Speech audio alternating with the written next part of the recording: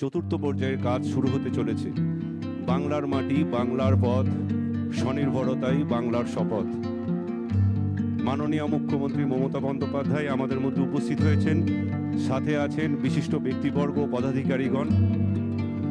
আমরা মাননীয় মুখ্যমন্ত্রী মমতা বন্দ্যোপাধ্যায় উপস্থিত হয়েছেন, তাঁর অনুপ্রেরণায় পশ্চিমবঙ্গের গ্রামীণ ও শহরাঞ্চলের রাস্তার সার্বিক উন্নতির লক্ষ্যে পথশ্রী রাস্তাশ্রী প্রকল্পের চতুর্থ পর্যায়ের কাজ শুরু হতে চলেছে।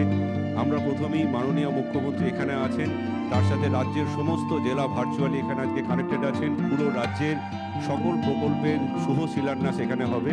আমরা প্রথমেই মাননীয় মুখ্যমন্ত্রীকে অনুরোধ করব রিমোটের বোতাম টিপে আমাদের যে ফলক তার শুভ শিলান্যাস করার জন্য।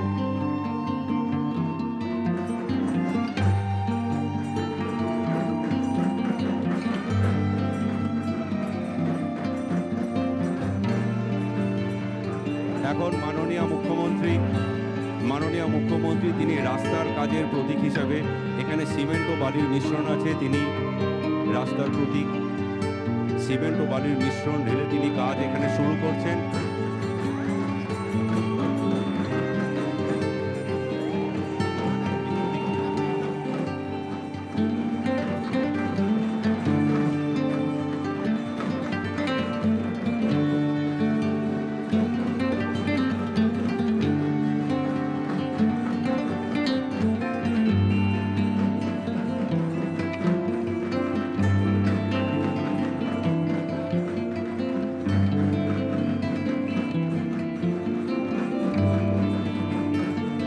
মাননীয় মুখ্যমন্ত্রী পথশ্রী রাস্তাশ্রী প্রকল্পের চতুর্থ পর্যায়ের কাজের শুভ সূচনা এবং শুভ শিলান্যাস তিনি এখান থেকে করলেন।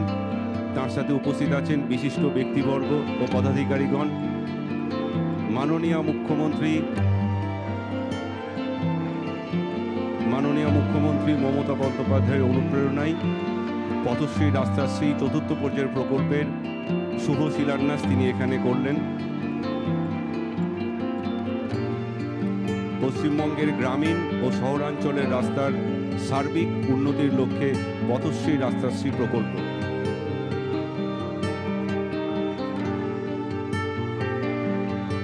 এখন মাননীয় মুখ্যমন্ত্রীর হাতে আমাদের জেলার বিভিন্ন প্রত্যন্ত অঞ্চলের কন্যাশ্রীর মেয়েরা, কৃষক, স্বনির্ভর গোষ্ঠীর দিদিরা যেখানে যেখানে রাস্তা করার ফলে তারা উপকৃত হয়েছেন, তারা মাননীয় মুখ্যমন্ত্রীকে ধন্যবাদ জানিয়ে চিঠি লিখেছেন। সেই চিঠির সংকলন একটি বই আমাদের মাননীয় মুখ্য সচিব তিনি মাননীয় মুখ্যমন্ত্রীর হাতে তুলে দেবেন।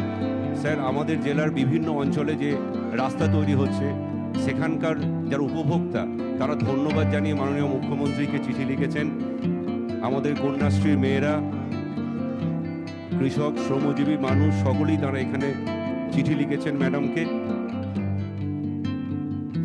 এরপরে আমাদের দপ্তরের যে ভিডিও, এই যে পথশ্রী রাস্তাশ্রী প্রকল্পের চতুর্থ পর্যায়ের কাজ, সেই প্রকল্পের আজকে শুভ শিলান্যাস হলো, তার একটি ভিডিও আমরা প্রথমে দেখে নেব। এখানে সাজানো রয়েছে এই ট্যাবলোগুলি।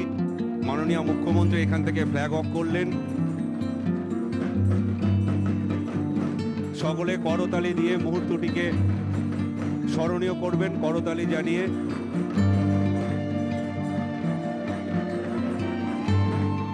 নদিয়া জেলার প্রত্যন্ত অঞ্চলে এই ট্যাবলো যাবে পথশ্রী রাস্তাশ্রী বাংলার বাড়ির প্রকল্পের বার্তা নিয়ে।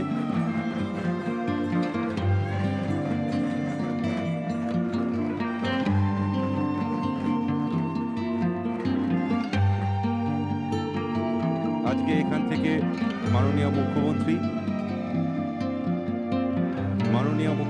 এখানে শুভ শিলান্যাস করলেন। তিনি এই প্রকল্প বিষয়ে বিস্তারিত তিনি পাশে যে জনসভা আছে সেখানে বলবেন। আপনারা চলবে না, আর এখানে তোমাদের আদেশও চলবে না। মনে রাখবেন, বাংলায় ডিটেনশন ক্যাম্প হবে না, হবে না, হবে না। এতদিন যখন করিনি, যতদিন থাকবো করতে দেব না, দেব না, দেব না। কাউকে ঘর ছাড়া হতে হবে না, ভয় পাবেন না। ওরা বলছে তাড়িয়ে দেবো রোহিঙ্গা। কোথায় রোহিঙ্গা দেখাও, কোথা থেকে এলো? আর রোহিঙ্গা যদি হয় তো আসবে তো মণিপুর হয়ে, মিজোরাম হয়ে, নাগাল্যান্ড হয়ে। সেখানে এসআইআর হচ্ছে না কেন? ইলেকশন যেখানে হচ্ছে, যেখানে বিরোধী দল আছে, সেখানে এসআইআর করছে 2 মাসের মধ্যে। আসামে কেন হবে না এসআইআর? কেন আসামে হবে না? বিজেপির রাজ্য বলে আর এসআইআর এর নাম করে মা বোনেদের অধিকার কাড়বে। তারপরে নির্বাচনে দিল্লির পুলিশ নিয়ে এসে মা বোনেদের ভয় দেখাবে। কি মা বোনেরা, নাম কাটলে বাড়িতে সব জিনিসপত্র আছে তো, যেগুলো দিয়ে রান্না করেন? আছে তো? প্রাণে শক্তি আছে? নাম কাটলে ধরবেন তো? ছেড়ে দেবেন না তো?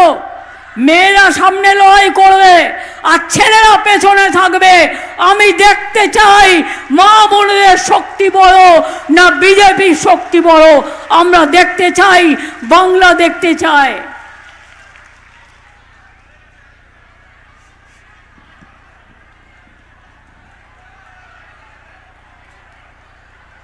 আমি পরিষ্কার করে বলছি, আমি সাম্প্রদায়িকতাকে বিশ্বাস করি না, কিন্তু আমি ধর্ম নিরপেক্ষতাকে বিশ্বাস করি। আমি সর্বধর্মকে নিয়ে চলতে চাই।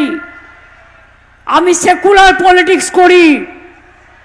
বিজেপি ইলেকশন আসলেই টাকা দিয়ে, অন্য রাজ্যের লোক পাঠিয়ে, কাউকে কাউকে টাকা দিয়ে কিনে নিয়ে ভোট ভাগাভাগির চেষ্টা করে। বর্ণে বর্ণে, ধর্মে ধর্মে, সম্প্রদায়ে সম্প্রদায়ে আমরা করি না। ধর্ম মানে কি? আপনারা চৈতন্য দেশের মানুষ। চৈতন্যদেবের পদধ্বনি হয়েছিল।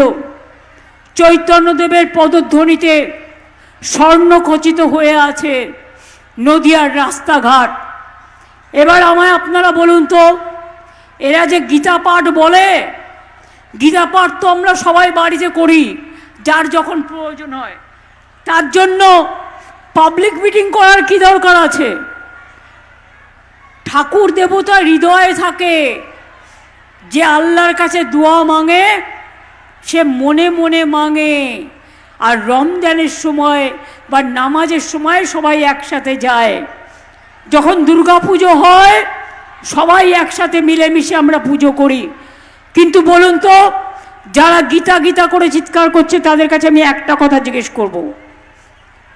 শ্রীকৃষ্ণের উপদেশে শ্রীকৃষ্ণ কি বলেছিলেন ধর্মের নামে? তিনি বলেছিলেন ধর্ম মানে হচ্ছে ধারণ করা। ধর্ম মানে